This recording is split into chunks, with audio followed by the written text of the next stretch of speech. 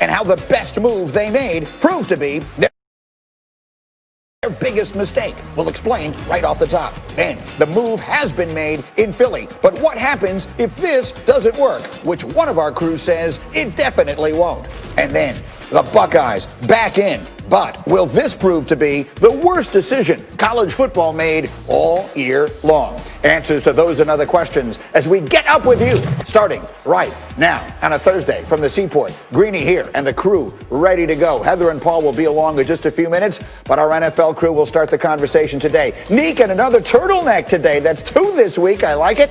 Louis Riddick will debut a new feature today called The Chronicles of Riddick.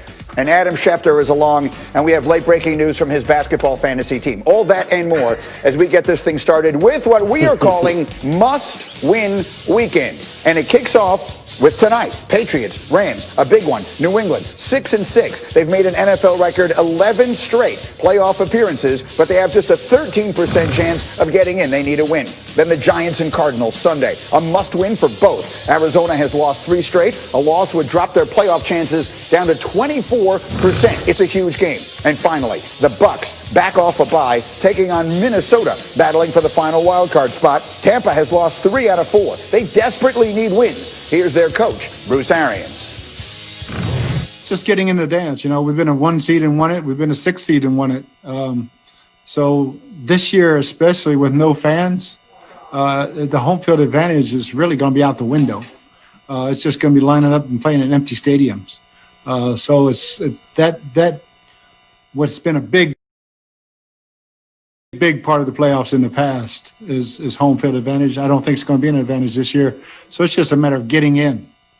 So that's one interesting way of looking at it. And then there are these numbers.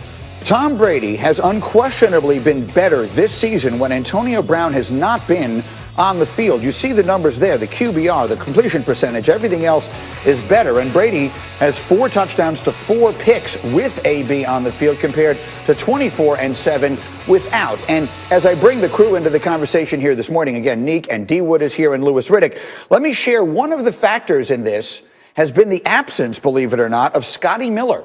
Scotty Miller had genuinely emerged as the deep threat on this team through the first 7 games of this season. And from the time they brought in Antonio Brown, they've forgotten all about him. He's been targeted only 5 times, while AB has been targeted 29. So I guess I will start with you on this one, Dominique Foxworth. Were the Buccaneers actually better off before they brought in Antonio Brown? It seems like they absolutely were. The numbers suggested, and I was concerned, and I advised against bringing Antonio Brown because you can't trust him off the field necessarily, and he might cause some other issues for your team. But the fact of the matter is you're not getting the benefit of the high risk of adding someone like AB to your team. So I'm not sure why you have him there. And I remember when they were going after this, we all knew when they were going after AB, we all knew that meant less reps for Scotty Miller. We all laughed because it's like, hey, Scotty Miller looks a lot like those receivers that Tom Brady is comfortable with.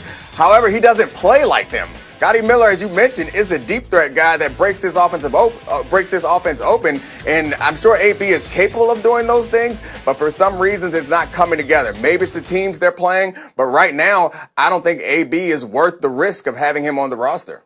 To your point, Scotty Miller, before AB got there, in 7 games, 25 catches, over 400 yards, averaging over 15 yards per catch. Louis Riddick, what do you see?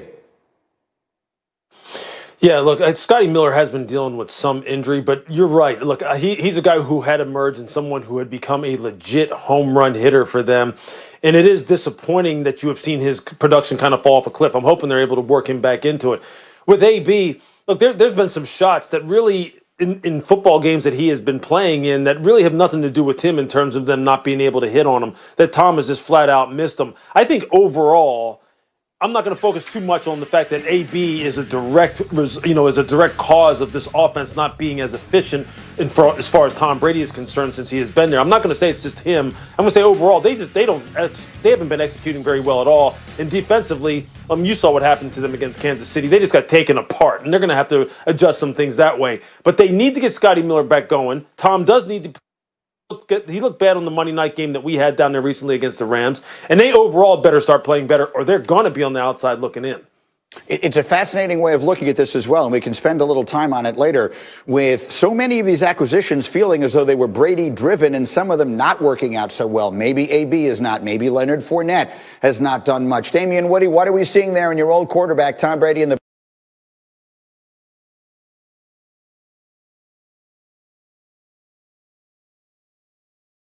Buccaneers? Are they ready to bounce back in these final 4 weeks and make a playoff run? Greeny, it's hard to turn the light switch on at this point in the season. You are what you are at right now. So what we've seen from the Tampa Bay Buccaneers is just a disjointed unit. You know, they needed the benefit of an offseason with a new quarterback, all the new players, Tom and the new scheme. But what we've seen is Tom Brady missing receivers. You know, disputes about what system is best. You know, is it Tom's system with New England or this Bruce Arians, system down in Tampa? That's not going to get fixed in December. So I think the Bucs are what they are right now. Do they come out, Dominic, quickly, do they come out and look like a different team after a bye week? It's a very late bye, the latest that anybody had in the sport. Is that enough time, that time off and self-scouting, to come out and look at least a little bit different offensively?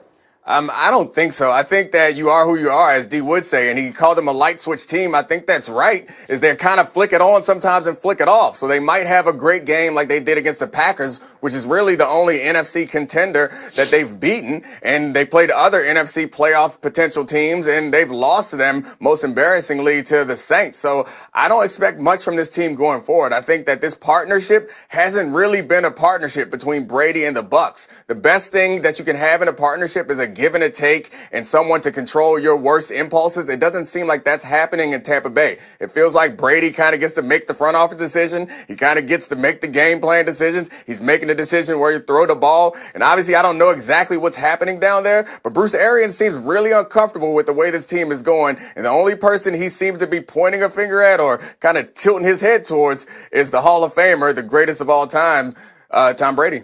It's an interesting perspective. It's something I want to come back to a little later in the show because I think there may be more there than meets the eye. In the meantime, to what has been the biggest story of the NFL this week, and that is the benching of Carson Wentz in Philadelphia. Eagles head coach Doug Peterson explaining why he named rookie Jalen Hurts his starter for this weekend after Hurts relieved Wentz in the Eagles' loss to the Packers on Sunday and produced 138 yards of offense. Here's Peterson. I think Carson Wentz can be an exceptional quarterback in this league, and he's proven that, right? He back in 17, 18, last year. And we got to continue to battle and fight and work with him individually, work with him within the confines of the offense, the structure, and get back to being Carson Wentz. And I can't predict, what's going to happen next week or the last 3 games, but I know this week we can begin that process of beginning to improve and getting better and seeing things a little bit differently. All right, so I've been waiting all week to get Shefty in on this conversation. Shefty, take us inside what's going on in Philadelphia. What are we hearing about the decision and the future? Well, listen, there's so much that's uncertain right now. We do know that Jalen Hurts will start at quarterback, but we don't know what Jalen Hurts' future in Philadelphia will be. We don't know what Carson Wentz's future in Philadelphia will be. We don't know what Doug Peterson's future in Philadelphia will be. And I think anytime a team struggles, and the Eagles have struggled this year as much as anybody and disappointed as much as any team in football, the pressure always comes back to the head coach and the quarterback, first and foremost. Well, we've seen the quarterback be benched, and we know that there's pressure on Doug Peterson. Now we wait to see the fallout. They want to see if Jalen Hurts can provide some type of spark. They want to see if Carson Wentz can take a mental break and rehab his mind and get back stronger and provide some value later on. There's so much that remains uncertain here in Philadelphia, but they believe that this is the right move to make at this particular moment. So the one thing we do know, Lewis, is that we will see Jalen Hurts this weekend against a New Orleans defense that has just been annihilating people over the last 5 or 6 weeks. What do you think of that? Look, this is a tough assignment, man. This is like ice skating uphill for Jalen Hurts. I'm just telling you. Look, this Saints defense is ferocious. They don't mess around. They have got absolute